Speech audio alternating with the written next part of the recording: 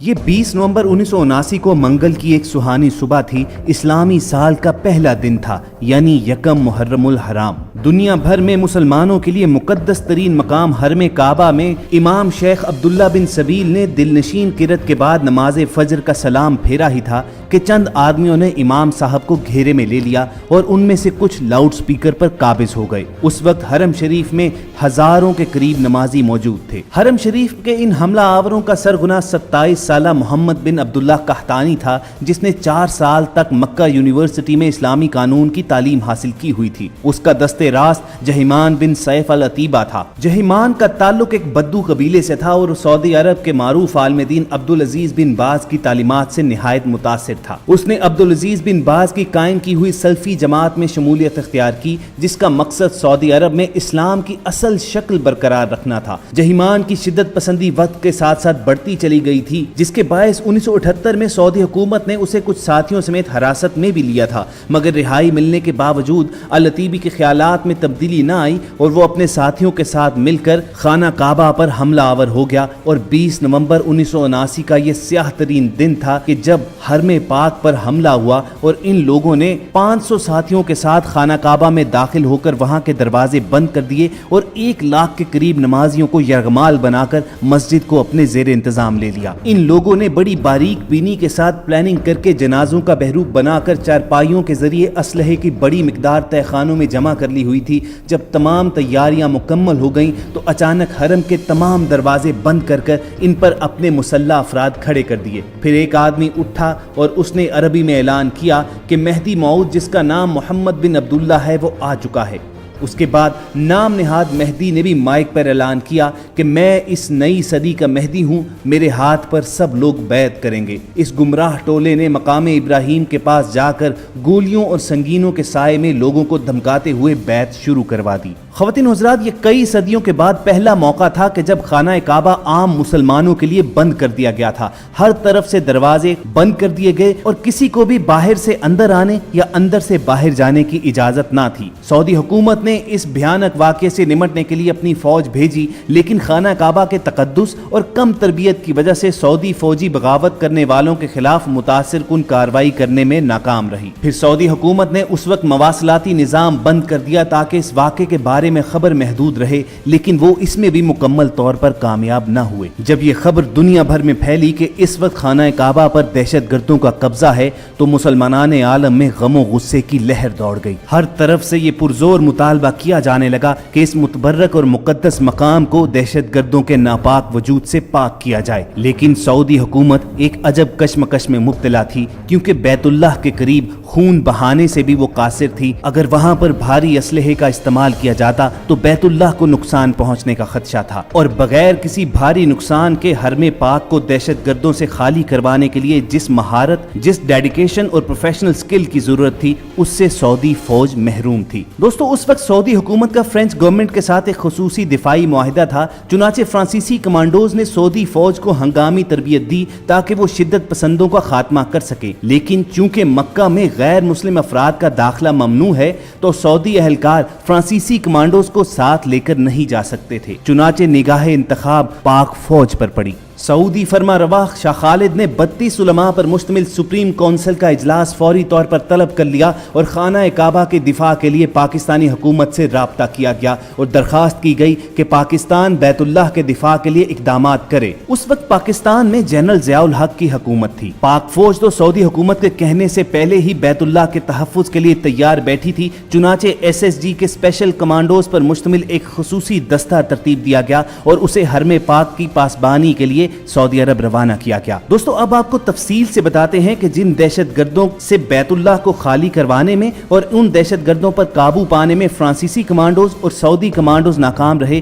ان پر پاک فوج کے شاہینوں نے کس طرح قابو پایا اور بیت اللہ کو ان دہشت گردوں کے ناپاک وجود سے کس طرح پاک کروایا، اور پوری دنیا میں یہ واضح پیغام بھیج دیا کہ جب بھی خانہ کعبہ پر کوئی میلی نگاہ ڈالے گا تو پاک فوج بغیر کچھ سوچے سمجھے، خطرات کی پرواہ کیے بغیر، نتائج کو کو سامنے رکھے بغیر خانہ کعبہ کی طرف چل پڑے گی۔ لیکن پیشتر اس کے کہ ہم تفصیلات میں جائیں، آپ سے ایک گزارش کرنی ہے کہ آپ ریڈ بٹن پر کلک کر کے اور بیل آئیکن کو پریس کر کے ہم سب کے سبسکرائبر بننا مت بھولیے، تاکہ ایسی تاریخی، معلوماتی اور اسلامی ویڈیوز آپ کی روزمرہ زندگی کا حصہ بنی رہیں۔ خواتین و حضرات، خانہ کعبہ پر حملے کی خبر جب پاکستان میں پہنچی تھی تو اسلام آباد میں امریکی سفارت خانے پر لوگوں نے حملہ کر دیا، کیونکہ لوگ یہ سمجھ رہے تھے کہ یہ امریکہ اور یہودیوں کی سازش ہے کہ بیت اللہ جیسی پاک اور مقدس جگہ پر دہشت گرد داخل ہوئے۔ حالات جب اس قدر سنگین تھے کہ کئی ملکوں کے درمیان اس بنا پر جنگ چھڑ سکتی تھی، تو پاک فوج کے SSG کمانڈوز پر مشتمل ایک دستے کو سعودی عرب بھجوایا گیا تاکہ بیت اللہ کو ان دہشت گردوں سے کلیئر کروایا جائے اور 1 لاکھ کے قریب لوگ جو وہاں پر یرغمال تھے انہیں آزادی دلوائی جائے۔ پاک آرمی کے اسپیشل سروسز گروپ کے ان کمانڈوز کی قیادت ایک میجر کو سونپی گئی۔ جب یہ مجاہد مکہ المکرمہ پہنچے تو اس وقت بیت اللہ پر قبضے اور اس محاصرے کو 1 ہفتے سے زیادہ ہو چکا تھا اور لگ بھگ 1 لاکھ کے قریب لوگ حرم شریف میں مقید اور محصور تھے۔ اب خواتین حضرات، پاک فوج کے کمانڈوز کا یہ ایک ٹریڈ مارک طریقہ کار ہے کہ یہ اپنے دشمن پر، اپنے حریف پر یکدم اور تیزی سے حملہ آور ہوتے ہیں اور اسے سنبھلنے کا موقع بھی نہیں دیتے اور اسے گردن سے جا دبوچتے ہیں۔ لیکن یہاں پر معاملہ ذرا مختلف تھا، کیونکہ یہ حرم پاک جیسی حساس جگہ تھی، اس کے اندر 1 لاکھ کے قریب لوگ محصور تھے، اور اگر ان دہشت گردوں کے ساتھ ڈائریکٹ فائرنگ شروع ہو جاتی تو نہ صرف کئی قیمتی جانیں ضائع ہوتی بلکہ اس کے ساتھ ساتھ بیت اللہ کو بھی نقصان پہنچنے کا خدشہ تھا۔ لیکن اس کے ساتھ ساتھ وقت بھی نہایت تیزی کے ساتھ گزرتا جا رہا تھا، چنانچہ پاکستانی جانبازوں نے وہاں پہنچ کر فوری پلاننگ شروع کر دی۔ کیمراز کی مدد سے اس سارے ایریا کا جائزہ لیا گیا کہ جہاں دہشت گرد دندناتے پھر رہے تھے، اور انہوں نے اپنے مسلح گارڈز حرم پاک کے دروازوں پر تعینات کر لیے ہوئے تھے۔ پھر دوستو، SSG کمانڈوز کے دستے کے اس لیڈر میجر کے ذہن میں ایک عجیب ترکیب آئی۔ اس میجر نے سب سے پہلے اپنے جانبازوں کو بلایا اور ان سے خون پر حلف لیا کہ وہ بیت اللہ کے تحفظ کے لیے اپنی جان تک کی بازی لگا دیں گے۔ اب بھلا یہ حلف دینے میں کس مسلمان کو تامل ہو سکتا تھا؟ چنانچہ SSG کے تمام کمانڈوز نے بخوشی اور اسے ایک سعادت سمجھتے ہوئے یہ حلف دے دیا کہ اگر خانہ کعبہ کی طرف کوئی بڑھا تو وہ سینہ سپر ہو جائیں گے، اپنے سینے پر گولیاں کھائیں گے، مگر بیت اللہ کو کوئی نقصان پہنچنے نہیں دیں گے۔ اس کے بعد کمانڈوز کے اس دستے کے لیڈر میجر نے اپنا رخ سعودی حکام کی جانب موڑا اور ان سے درخواست کی کہ مسجد الحرام کے صحن میں پانی چھوڑ دیا جائے۔ تمام لوگ حیران تھے کہ یہ کس قسم کی پلاننگ ہے کہ دہشت گردوں پر پانی کے ذریعے قابو پایا جائے گا۔ میجر نے اس پر بھی بس نہ کی بلکہ سعودی بادشاہ سے ہیلی کاپٹر کے ذریعے SSG کمانڈوز کو مسجد کے صحن میں اتارنے کی اجازت طلب کی۔ اب اگر آپ جانتے ہوں تو کعبہ کے پاس نو فلائی زون ہے، کوئی بھی چیز کعبہ کے اوپر فلائی نہیں کرتی ہے، مگر کچھ دیر تامل کے بعد اس کی بھی شاہ خالد نے اجازت دے دی۔ خواتین و حضرات، اس کے بعد اصل ایکشن شروع ہوا۔ پاک فوج کے اسپیشل سروسز گروپ کے مشہور زمانہ کمانڈوز کو صحن کعبہ میں ہیلی کاپٹر کے ذریعے اتارا جانے لگا۔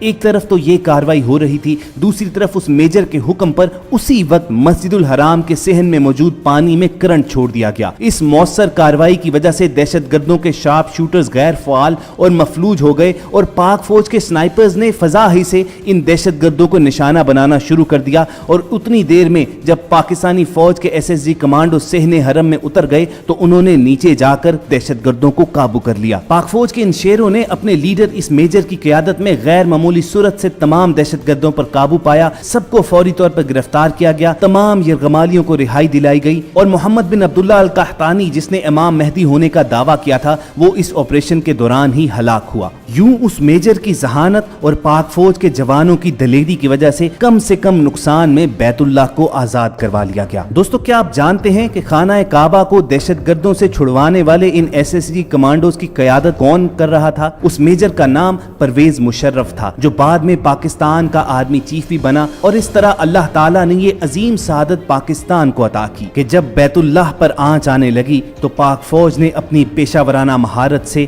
نہ صرف بیت اللہ کو آزاد کروایا بلکہ دنیا بھر میں اپنی سکلز کی دھاک مٹھا دی۔ ان حملہ آوروں کے لیڈر جہیمان العتیبی سمیت 60 سے زیادہ شدت پسندوں کو حراست میں لے لیا گیا اور بعد میں جنوری 1980 میں ان سب کو سزائے موت سنا دی گئی۔ اس 2 ہفتے تک جاری رہنے والے محاصرے کی وجہ سے مسجد الحرام کی عمارت کو تو کچھ نقصان پہنچا، مگر خانہ خانہ کعبہ مکمل طور پر محفوظ رہا۔ میجر پرویز مشرف اور پاک فوج کے SSG کمانڈوز کی ذہانت اور دلیری کی وجہ سے پاک فوج کا مرتبہ و مقام دنیا بھر میں بلند ہوا اور دشمنان اسلام خصوصاً اسرائیل اور امریکہ کو یہ واضح پیغام چلا گیا کہ اگر بیت اللہ کی طرف رخ کیا تو آپ کا مقابلہ صرف سعودی حکومت سے نہیں بلکہ پاک فوج سے ہوگا۔ خواتین و حضرات، یہ اسی واقعے کی بدولت تھا کہ سعودی حکام عمر بھر جنرل ضیاء الحق اور جنرل پرویز مشرف کی عزت کرتے رہے، اور جب بھی یہ دونوں حضرات سعودی عرب کا دورہ کرتے تو انہیں خصوصی احترام اور خصوصی پروٹوکول دیا جاتا۔ مگر بہرحال یہ کارنامہ شخصیات سے بالا تر تھا،